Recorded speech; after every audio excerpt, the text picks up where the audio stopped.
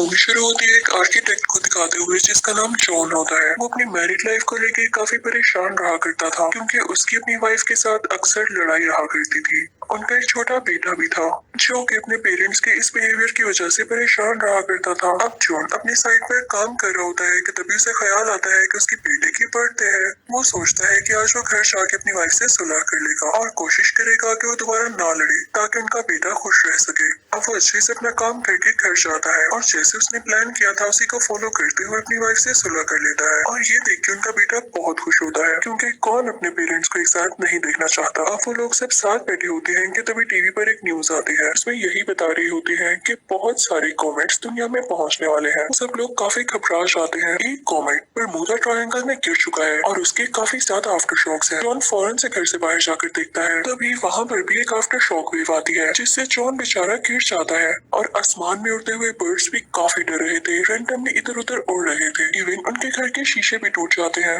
वो सब लोग काफी डर जाते हैं कि एक ही कॉमेट गिरने की वजह से इतना ज्यादा नुकसान हो रहा है। इसका मतलब न्यूज में ये र्यूमर नहीं बल्कि ये असली बात है। हमें एक दूसरे का ख्याल रखना होगा। तभी वहाँ पर जॉन के मोबाइल फोन पर दोबारा से वो मैसेज आता है और वो रिकॉर्डिंग भी। उनके टीवी पर भी सेम मैसेज आता है जिसे वहाँ पर मौजूद और लोग भी पढ़ लेते हैं और वो कहते हैं कि कैसी जस्टिस है, सिर्फ तुम्हारी फैमिली को ही क्यों चुना गया है, क्या हम इंसान नहीं। वो सब लोग जॉन को मीन कहते हुए उसके घर से निकल जाते हैं। अब जॉन और उसकी फैमिली पैकिंग करने लगती है। जॉन के बेटे को डायबिटीज होती है तो वो लोग उसकी इंसुलिन भी रखते हैं और फिर अपनी गाड़ी लेकर अपने घर से निकलने लगते हैं। तभी उनके सामने एक औरत आती है जो कि उनकी नेबर होती है और वो अपनी बेटी को उठाकर उनसे रिक्वेस्ट करती है कि प्लीज इसको भी अपने साथ ले जाओ। मैं नहीं चाहती कि ये यहाँ हमारे साथ मर जाए। लेकिन वो लोग ऐसे किसी को नहीं लेकर जा सकते थे क्योंकि उनको अपने साथ किसी को लाना अलाउ ही नहीं था। और ये ज्यादा बुरी बात होती अगर वो बच्ची वहाँ जाकर वहीं रह जाती। अब खैर ये लोग जैसे तैसे करके आर्मी बेस तक पहुंच जाते हैं जहाँ से इन लोगों ने आगे शेल्टर के लिए निकलना था। वहाँ पर काफी प्लेन्स खड़े हुए थे जिसके थ्रू ये लोग जाने वाले थे। अब ये लोग भी बाकी सारे लोगों के साथ खड़े हो जाते हैं लेकिन तभी जॉन को याद आता है कि मेरे बेटे की इंसुलिन तो गाड़ी में ही रह गई है। वो अपनी वाइफ से कहते हैं कि तुम प्लेन में जाकर बैठो, मैं इंसुलिन लेकर आता हूँ। लेकिन कई ज्यादा टाइम गुजर जाता है और जॉन वहाँ पर वापस नहीं आता। तो जॉन की वाइफ परेशान होकर सिक्योरिटी से कहने लगती है कि मेरे हस्बैंड मेरे बेटे की मेडिसिन लेने गए थे लेकिन अभी तक वो यहाँ नहीं आए,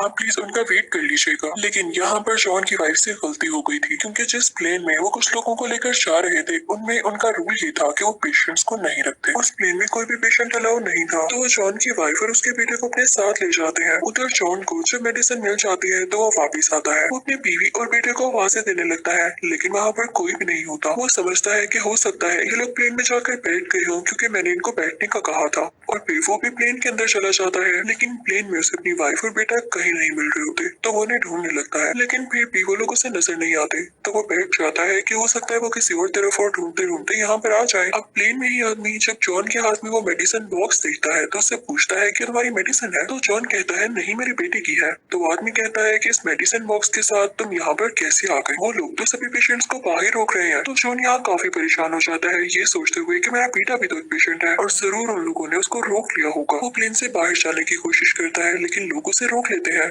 कि बस अब ना तो कोई प्लेन से बाहर जा सकता है ना कोई अंदर आ सकता है क्योंकि प्लेन में जगह खत्म हो गई है। अब बाहर के लोग ये सुन के काफी गुस्से में आ जाते हैं। वो काफी एग्रेसिव हो जाते हैं कि हम इतनी मुश्किल से यहाँ तक पहुंचे और हमें अंदर नहीं आने दिया जा रहा, कि हमारी जाने इम्पोर्टेंट नहीं है। तो पुलिस इतने सारे लोगों को कंट्रोल करने के लिए उन पर फायरिंग स्टार्ट कर देती है। अब दूसरी तरफ जॉन की वाइफ सिक्योरिटी गार्ड से रिक्वेस्ट कर रही होती है कि मुझे जाने दें, मेरे हस्बैंड वहाँ मेरा वेट कर रहे होंगे। वो बहुत बड़े आर्किटेक्ट है, उन्होंने गवर्नमेंट की तरफ से खुद मैसेज आया था। लेकिन उस तरफ पुलिस की फायरिंग की वजह से फ्यूल लीक होने लगता है। वहाँ पर आग लग जाती है। वहाँ पर बहुत बड़ा एक्सप्लोजन होता है जिसमें कई लोग मारे जाते हैं। जॉन की वाइफ काफी परेशान हो जाती है कि कहीं इस ब्लास्ट में जॉन को ना कुछ हो गया हो। वो जॉन को ढूंढने लगती है लेकिन उसे जॉन कहीं पर भी नजर नहीं आता। तो उसे एक आइडिया आता है। वो एक चिट पर लिखती है कि जॉन मैं अपने पेरेंट्स के घर जा रही हूँ, मुझे वहीं पर मिलना, तुम्हारी बीवी। और ये लिखकर वो अपनी गाड़ी के शीशे के साथ पेस्ट कर देती है ताकि अगर जॉन को हम लोग ना मिले तो वो एटलीस्ट अपनी गाड़ी के पास आकर ये नोट पढ़ ले। और फिर उसके बाद जॉन की वाइफ वहाँ से जाने लगती है। इधर जॉन भी अपनी वाइफ और बेटे को ढूंढ रहा होता है तो उसे भी वो लोग कहीं नहीं दिख रहे होते। और जब वो अपनी गाड़ी के पास आता है कि कहीं ये गाड़ी में न बैठ गए हों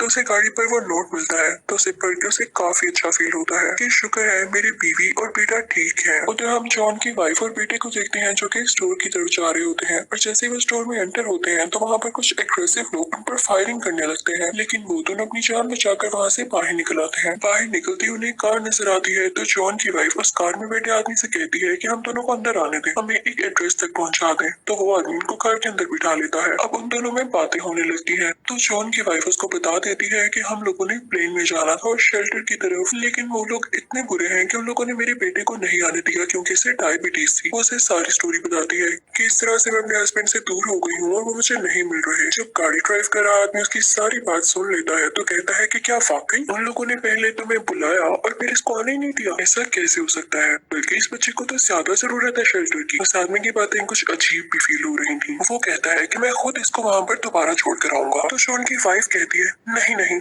वहाँ पर ब्लास्ट हो चुका है और अगर ये दोबारा वहाँ पर गया तो वो लोग इसको पकड़ लेंगे क्योंकि ये पेशेंट है और वहाँ पर अलाउ नहीं। तो आदमी कहता है कि तुम चुप करो। बड़े बुरी तरीके से उसे गाड़ी से बाहर निकाल के फेंकता है। वो औरत यानी जॉन की वाइफ चिल्लाने लगती है कि मेरे बेटे को कहाँ लेकर जा रहे हो। वो रोड्स पर गाड़ियों से मदद मांगने लगती है। दूसरी तरफ हम जॉन को देखते हैं जो कि अपनी बीवी को ढूंढ रहा होता है। तभी उसे टीनेजर्स का एक ग्रुप नजर आता है जो कि वहाँ पर सिंगिंग और डांसिंग कर रहे थे, ये सोचते हुए कि दुनिया तो खत्म होने ही वाली है तो क्यों ना इसको एंजॉय कर लिया जाए। तभी कहीं दूर हम कॉमेट का एक हिस्सा गिरते हुए देखते हैं जिससे बहुत बड़ा ब्लास्ट होता है और हर तरफ खामोशी हो जाती है। जॉन अपनी बीवी और बेटे के लिए काफी परेशान हो जाता है और वहाँ से निकलता है। अभी उसे एक ट्रक दिखाई देता है जिसमें कुछ लोग थे और वो ट्रक कनाडा जा रहा था। जॉन भी उस ट्रक में बैठ जाता है कि हो सकता है कि रास्ते में मुझे मेरी बीवी और बेटा मिले तो मैं उनके पास उतर जाऊं, क्योंकि जॉन की बीवी के फादर का घर भी कनाडा होता है। जॉन को ट्रक में एक लड़का मिलता है जो कि उससे कहता है कि क्या तुम जानते हो हमारे गवर्नमेंट ने कुछ खास लोगों को क्यों चुना है? उसके पीछे एक रीजन है।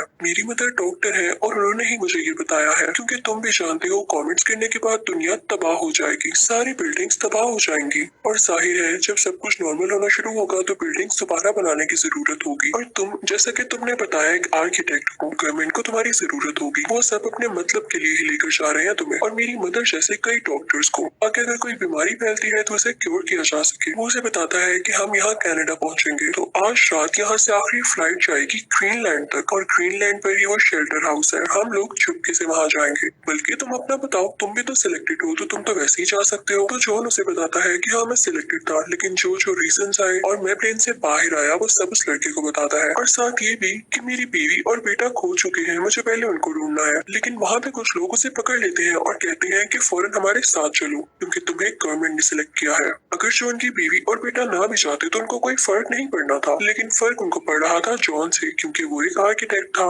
उनमें काफी फाइट होने लगती है। वो जॉन से जबरदस्ती कह रहे होते हैं कि हमारे साथ आओ, लेकिन तभी जॉन को जो ट्रक में लड़का मिला था वो भी आता है और उन लोगों को बचाता है, लेकिन साथ में बेचारा खुद भी मारा जाता है। दूसरी तरफ हमें वही गाड़ी चलाता हुआ आदमी दिखाया जाता है जिसने जॉन की बीवी को अपनी गाड़ी से बाहर निकाला था और जॉन के बेटे को अपनी गाड़ी में ही रहने दिया था। उसके साथ उसकी बीवी भी होती है। वो अपनी बीवी से कहता है देखो हमें नहीं चुना गया था ना, लेकिन हमने कैसे चालाकी से काम किया। अब इस बच्चे के हाथ में स्ट्रिप है जो कि ये शो करती है कि ये सिलेक्टेड फैमिलीज में से है, हम इसके थ्रू शेल्टर हाउस तक जा सकते हैं। अब वो बुरा आदमी अपनी वाइफ को लेता है और जॉन के बेटे को अपनी गोद में उठाता हुआ उस आर्मी बेस तक पहुंच जाता है और वहाँ के सिक्योरिटी ऑफिसर से कहता है कि देखो ये हमारा बेटा है, इसके हाथ में स्ट्रिप लगी हुई है, लेकिन हमारी स्ट्रिप जल्दी में कहीं खो गई है। देख ही रहे हो यहाँ पर हालात कैसे हैं, हमें प्लीज प्लेन में जाने दिया जाए। तो तभी जॉन का बेटा रोने लगता है और कहता है अंकल ये मेरे पेरेंट्स नहीं है, इन्होंने मुझे किडनैप किया है, मुझे बचा लें। तो पुलिस समझ जाती है कि असल में गेम क्या है और छोटे बच्चे को अपने साथ नर्सिंग कैंप ले आते हैं। दूसरी तरफ जॉन की वाइफ काफी वरीड होती है,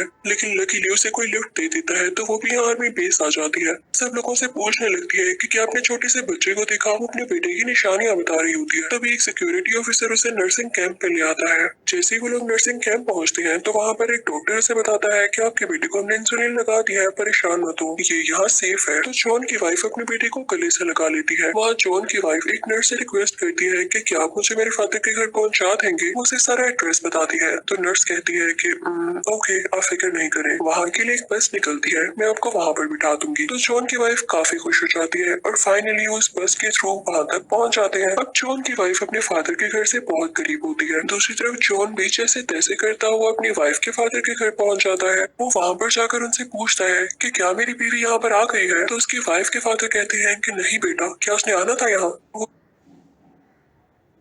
Fresh to home. totally सारे लोग काफी परेशान हो जाते हैं। जॉन उनसे कहता है कि अब परेशानी की बात पड़ने वाली है कि जल्द ही कॉमेट अर्थ से टकरा जाएगा अगर वो यहाँ ना पहुंचे टाइम। सारे लोग काफी परेशान हो जाते हैं। जॉन उनसे कहता है कि अब परेशानी की बात पड़ने वाली है कि जल्द ही कॉमेट अर्थ से टकरा जाएगा अगर वो यहाँ ना पहुंचे टाइम पर तो क्या होगा। तो जॉन की वाइफ के फादर उसे कहते हैं कि तुम चुप करो, इस सब तुम्हारी गलती है। मेरी बेटी और ग्रैंडसन की रिस्पॉन्सिबिलिटी तुम्हें दी थी मैंने, तुम उन्हें अपने साथ क्यों नहीं लाए हो। अब जॉन परेशान होकर बैठ जाता है और प्रे कर रहा होता है कि उसकी बीवी और उसका बेटा सेफ हो कि तभी उसको कॉल आती है जो कि उसकी वाइफ की होती है और वो कहती है कि हम घर के बहुत करीब हैं और जल्दी आ रहे हैं। तो जॉन कहता है कि मैं घर के बाहर आता हूँ, जल्दी से आ जाओ। और फाइनली जॉन अपनी बीवी और बेटे को देख लेता है। वो लोग गले लगते हैं और बहुत खुश होते हैं कि शुक्र है हम तीनों साथ हैं और किसी को कुछ नहीं हुआ। अब जॉन अपनी वाइफ से कहता है कि कॉमेट्स के कुछ पीसेस यहाँ गिरने वाले हैं, लेकिन ग्रीनलैंड में उन्होंने एक शेल्टर हाउस बनाया है, हमें फौरन वहाँ पर निकलना होगा। अब तो हमारे पास गाड़ी भी है। वो सब तैयार हो जाते हैं, लेकिन जॉन की वाइफ जब अपने फादर से कहती है कि आप भी हमारे साथ आए तो उसके फादर कहते हैं कि नहीं बेटा, मेरी वैसे भी अब उम्र क्या रही है और मैं अपनी जिंदगी के आखिरी दिन अपने दोस्तों के साथ गुजारना चाहूंगा